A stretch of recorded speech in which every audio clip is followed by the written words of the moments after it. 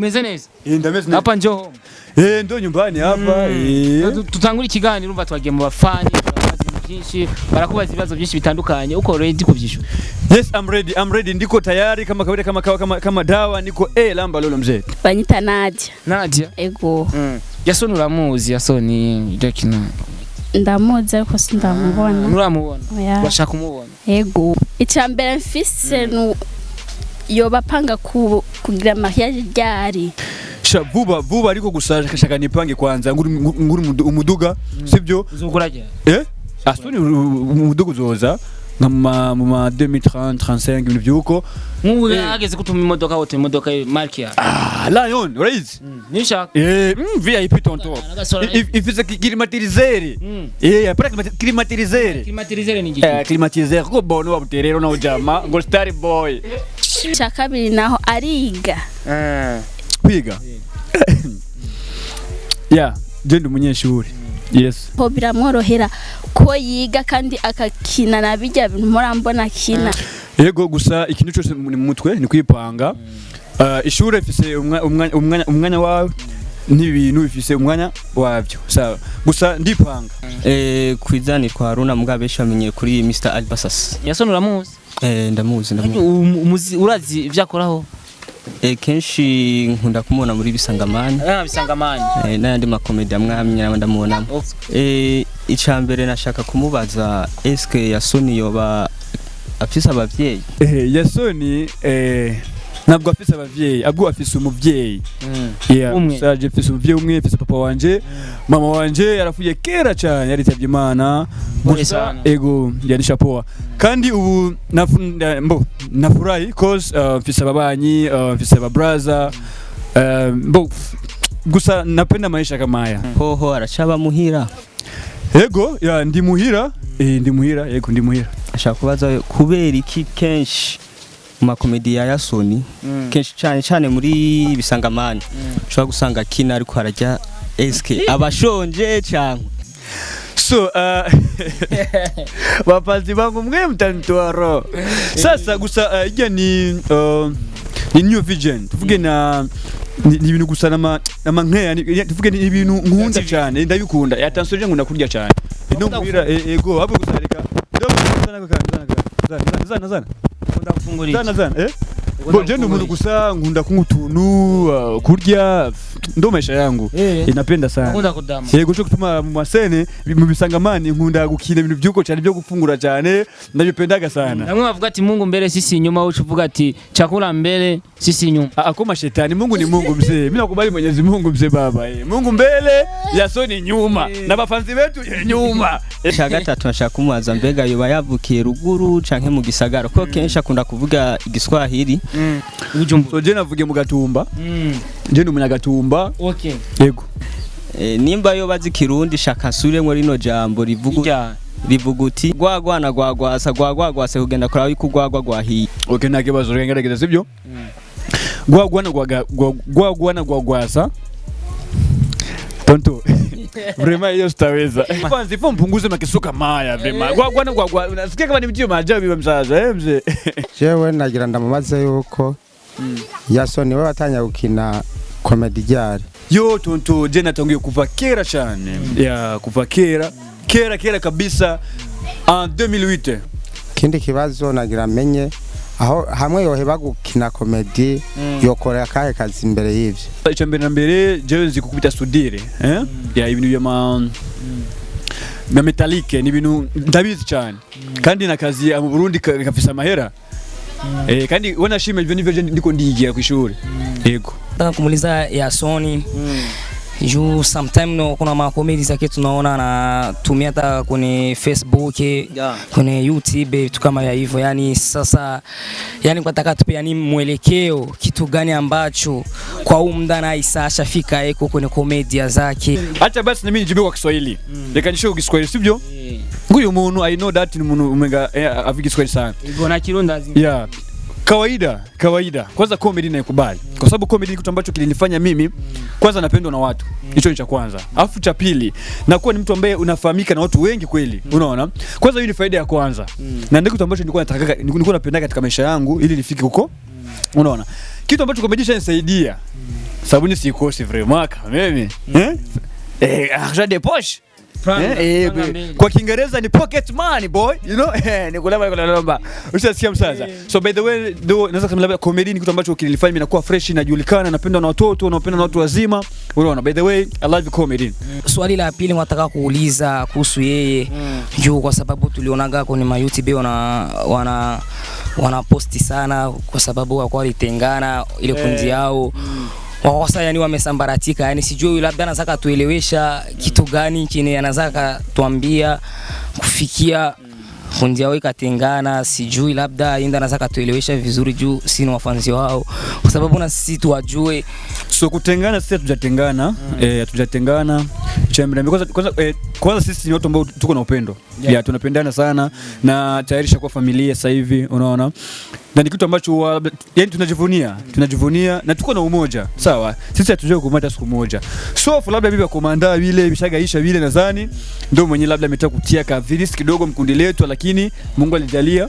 Alhamdulillah. So iliangukia kwanza ni sasa sisi wafanzi wake. Na tunakuwa tunamshabikia, tunaona kabisa kazi anafanya anaweza. Asante sana mzee, nashukuru sana.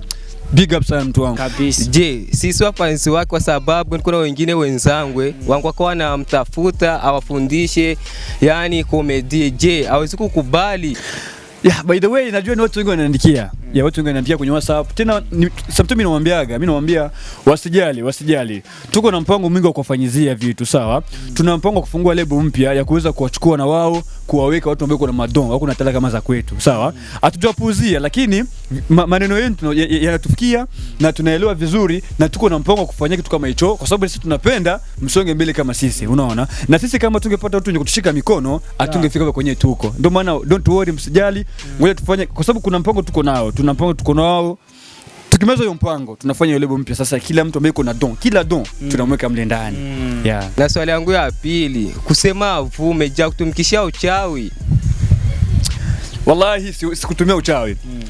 Mimi kwanza ni Muislamu. Na mimi ni Mwenyezi Mungu, unaona? Na mimi ni Mwenyezi Mungu, sio uchawi unatumika, bali tu ni bidii yako. Ni bidii yako, kuwa na bidii, kuwa na moyo, kupenda kazi. Kwa sababu nakwambia kazi kwanza, penda kwanza kazi, matunda ni baadaye. Sasa nimependa kazi, matunda sijapata matunda, lakini niko naweza kuona matunda. Isaac TV. Nice. Okay, ibibazo byinshi twache mu bafanzi, twache muri quartier dutembera tubabaza ibibazo byaheze sikaye ko nanje mu presenter. Panganda kubajiki. So problem, wewe petit frère. Miko petit frère miko grand frère kwa chacha au ni mandevu hapo. Unashika fo. Unashinda frère. Huko kuja tai boro. Mimi hapa sio nyumbani. Wewe ni kwenu fresh. Nikutumani? Hapana, usinije mimi ndajiuzia mimi. So tunabishika kuuzia. Isaac TV we. Okay, ndafise kesho zi wanje ngango mbakubaza. Uratora kesho. Chukua kwanza micro kwanza. Hakuna problem. Chukua kwanza micro. Chuma juisi tuamua micro. Micro tu. Chukua kwanza micro. Hakuna problem. Nakupatia micro sasa. Unaona hizi makesho hapa? Naziona. Hizi makesho. Utachukua kama moja. Uchukua tora kama ama asome wibaze ama wishu. Okay. Kamoja tu. Wote murakukusha. Muhama ngo birorenze. Suppose ko tushengero nyene. Nta kibazo. Amanje nishura rero. Kuna problem manaje? Star boy. Wewe uko kuze? Kwa ndugu yangu. Sasa mimi nachagua haka. Sasa ngoja naweza kufungua? Fungua. Hamna no?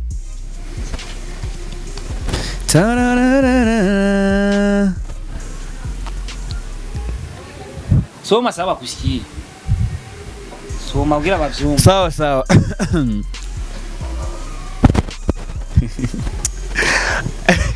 Soma kwa. Okay, ngoja nisome. Mbo handisuku. Ngo nire jambo ukunda kubwira umukunzi wawe. So by the way,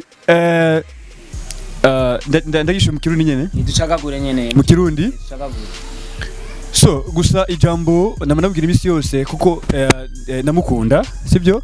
Ndamukunda kandi numuntu fitaniye imigambi myinshi cyane, sibyo? In my future nawe. Gusa ijambo rinini tana. Yes, niryo. Ndibaza ko turabandanya bwose buhere yes harimo uko na mashetani we Yesu okay nta blame sibyo yeah aha bavuze ati ngo hera heza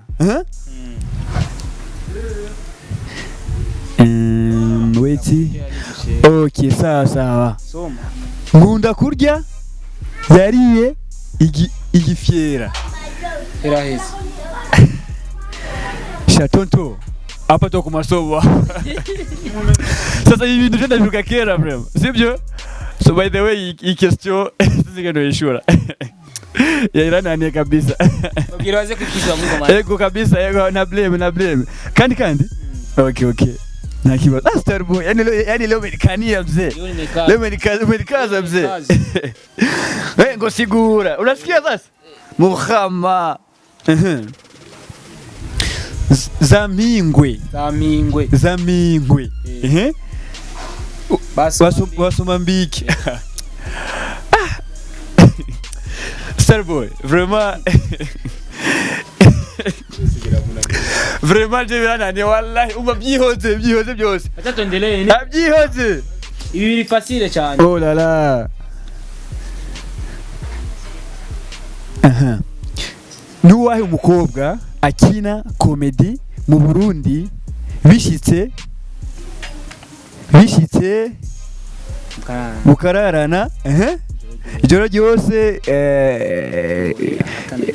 ryose ryohera atana kimwe mukoze shaka kuva mvuka sindagiye n'umukobwa ndabivuze ego kuva mvuka bishitse tukubaje no bishitse naho gusa ni par accident sino kwanga ariko kuva mvuka bishitse par accident nyene ndo bishitse ariko kugafyeta nyene ariko sino gafyeta kuko ni vera mbaho n'umusunari mwe vraiment ego ivera mbo gusano bukaje mbo bifata kunyene basi nta kundi Star boy na weye oya vraiment twende imfyizi y'intama itendera nkase ubwo mugani mu Gifaransa okay soma niko nasoma vuga uwo mugani mu Gifaransa imfyizi y'intama itendera nkase oya nitireke bro nitireke Starboy koma shetani sasa ibibazo bya Starboy no munsi vraiment biraheze Starboy bishayisha biroroshe na weye Gasore ya Sony who is the best reka sure bukandi sibyo Gasore ya Sony who is the best so nikagaturinda no ni kawaida ndio tunafanya kazi unaniogopa wewe unaona kibamba nikiogopa kijama nikiogopa mimi so gusa reka nishuye ikibazo tishwa kinyegeje akijya kiyoze kwanza sawa ego so by the way nuvuga ati no na blame reka nikitafsiri Ismail Gasore na ya Sony gusa nuvuga ati bose barabikora kandi bose bakora kazi sibyo okay I know who is the best you know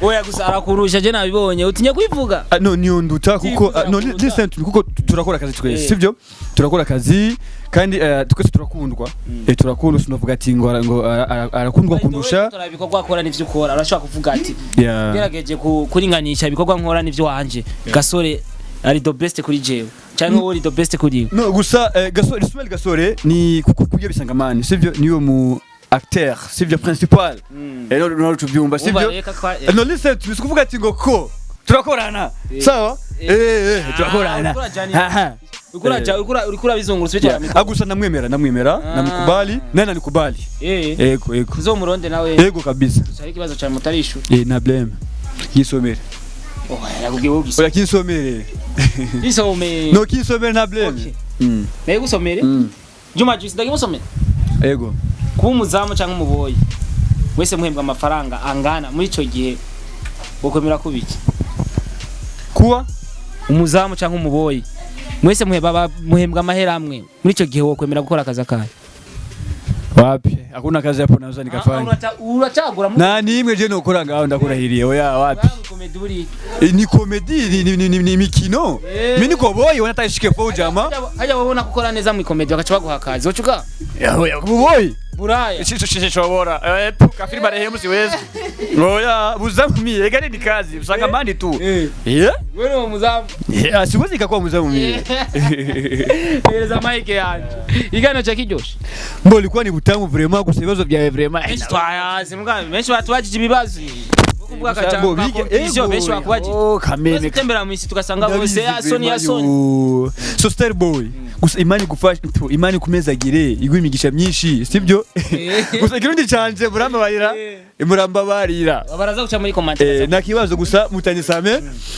star boy gusa Mungu kujalie ufanye kazi vizuri na uendelee Mfwe kuzoza tuje kula abafani barumba kuja mu quartier ugasanga abantu bose barakuzi mzee. Yes I know kandi ndabikunda cyane ni bitu byanipatia fiere najisikia niko na bidii mvisi shaka yuko kora kazi kandi nzokura hamwe gushika uweza frame kaka karirimbo twende kwa tantine twagiye kuri jana sinya kwa tantine wanje nije ndahazi ndikwi party no gutaha ukimubona genda wige tunasomeza shule na wanafunzi acha kuzuta we twacha kukura marori kugira abantu bariko barakurikirana na Isaac je na tukitangora atamarori wambaye gute gusa narayambaye ariko narayambaye naje tunora wigira tu mu ndirimbo warumeze nk'umustomi urabona Solboy urabona kwanza ari ikintu benshi ribambajije ngaho sibyo ikintu tutakubajije rero washika kuvuga nico ikintu abakobwa benshi banyandikira muri inbox in WhatsApp you know muri WhatsApp sasa ugasanga ari utubazo bakunda kuhumbaza sibyo akabazo ka mbere none ya story ndakubaze wewe uri umuhungu cyangwa ufise zigya systeme za sivyo sasa mon cher ami vraiment ndabivuge kandi sivyo I'm a boy uri umuhungu tukunaangalia wapi Mungu ni hapa nashasiga ndabereye kibaho acha unaona n'ubwanwa yego so by the way John umuhungu kandi numuhungu anajishibisha sana yego vraiment yani babwire ko yaba ari comedy uri kurakina ni comedy kandi ile ni kazi ni kazi na Isaac arabizi usanga bashaka kudraga bakavuga ati no muntu batumudraga kandi ifite za systeme zo kuvugisha abandi bahungu bagenzi we gure wabwiye kuri umuhungu wa Vreli fo azanye ne umuhungu niko bona ume bagiye kuza ari benshi umva kandi ndiko gasombo nimba kama umenitaka nimba wanshimye sivyo commentaire usikose kuandika niko Gaston Bombo Ega turangiza ikiganiro mtama byari bijyose yo butamu supu sasa Starboy ni mugufi cyane umutipe mimi niko murefu tanko musangi we ona ujama kanyogata ona kajama ona akajama bavuga ati yego umenya kamaro kinuzenya kigisusi bwirugirene uhagaze wicaye bazi hapo ni niko jifanye ko nakijua umenya kamaro kigisusi kabisa ndabizi sasa Isaac mubwira ati Isaac ndagutumye murakora ego murakora tubwi ariko busutwa n'umuntu wa mbere abazi ibibazo byinshi cyane mwambie apunguze sio bien koma shetani yo nakaja yo yari Isaac TV on the mic in stop behind the camera twari kumwe na Juma Jux Lokinene Juma Jux Isaac TV